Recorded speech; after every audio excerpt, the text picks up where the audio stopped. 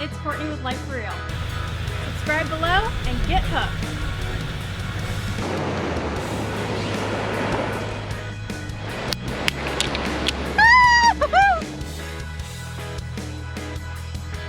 Please don't overcook your fish.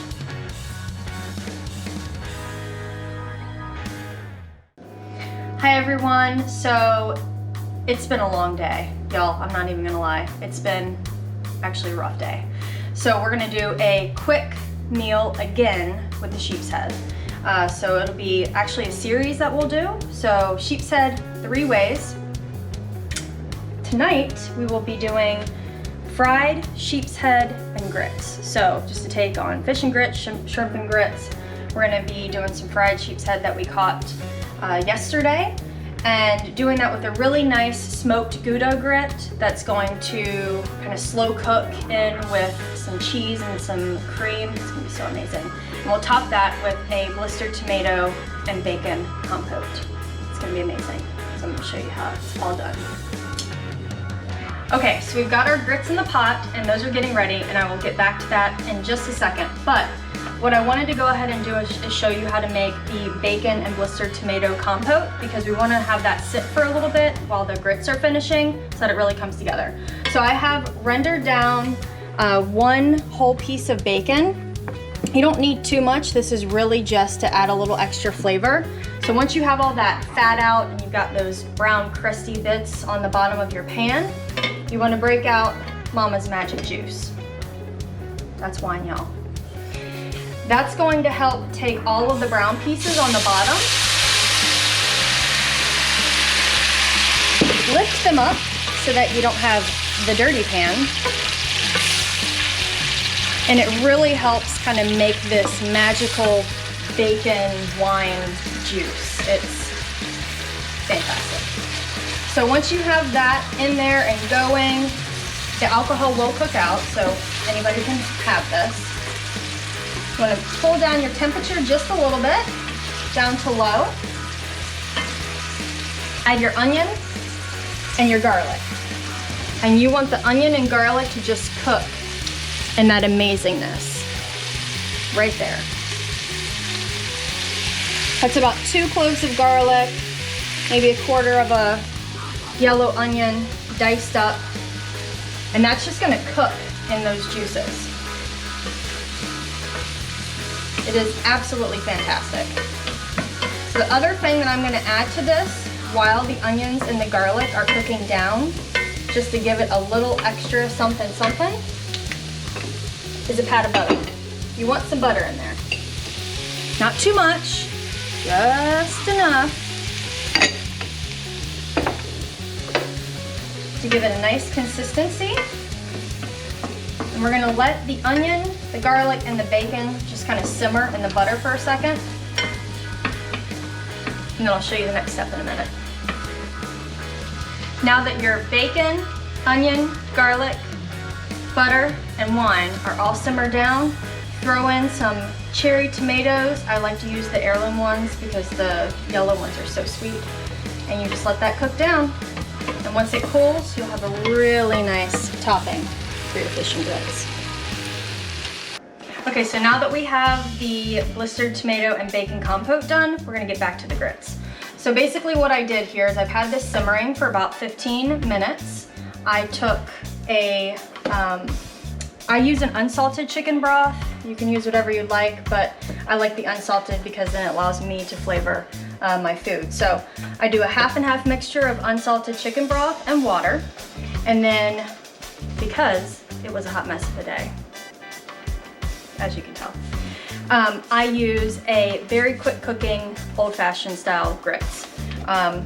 Cooks in about 15 minutes, super quick, super creamy, but it allows you to cook it in the pot where you can really add a lot of stuff to it. So chicken stock, the grits are in here. I added 1 small pat of butter, a little bit of salt, and a little bit of pepper.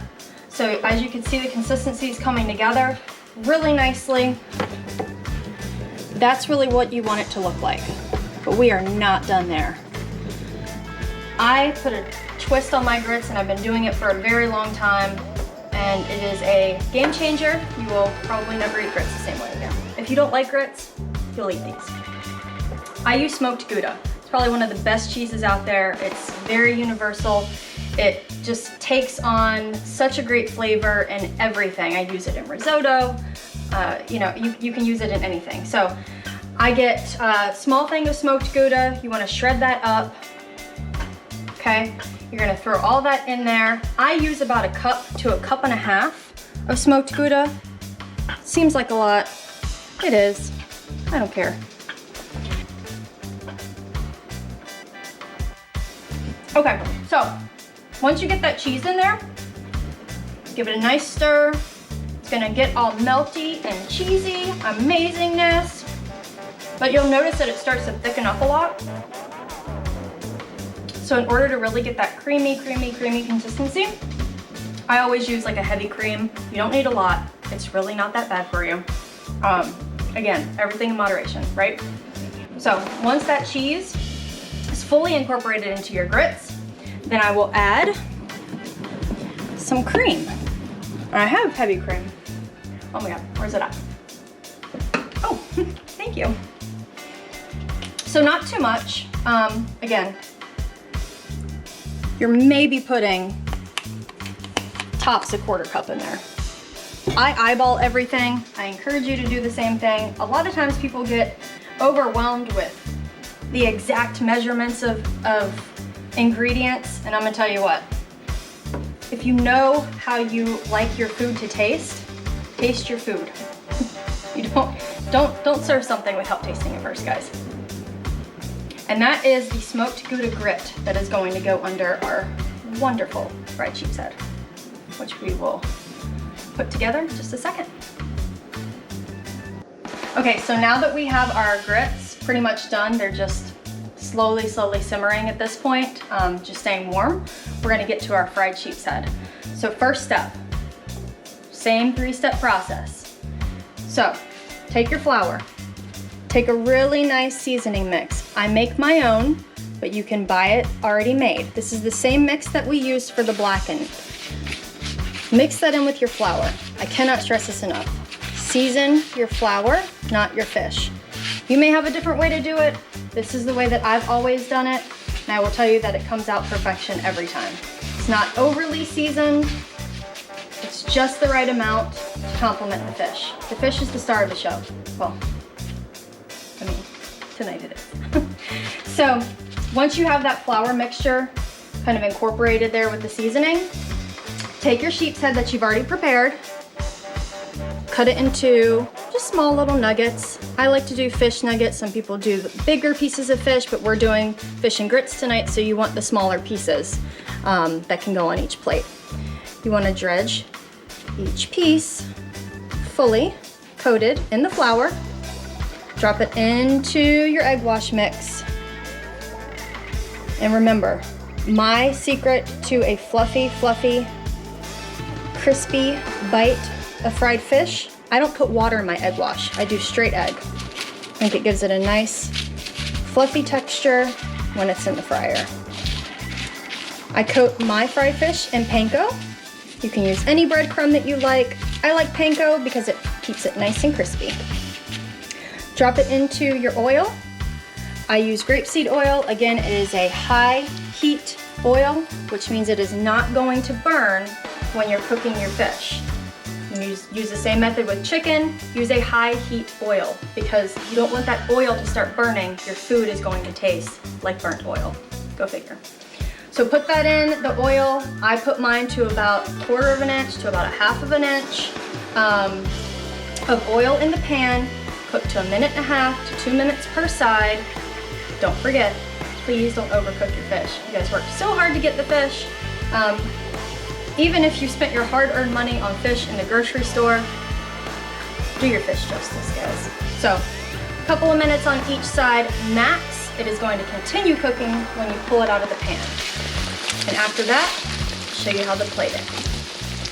Now that you have everything cooked, it's time to get it plated. Start with your smoked Gouda grits down at the bottom.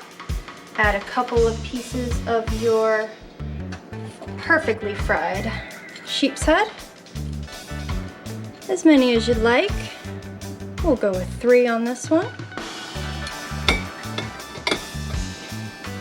Go ahead and hit that with your bacon, onion, Blister tomato compote that you made earlier. So good, y'all. Just adds a little extra element that you probably haven't had before, at least not on grits. I always top my grits with a fried egg. Get that right on there, break that bad boy open, yolk goes everywhere. Come on, y'all. Little chive on the top. There you have it.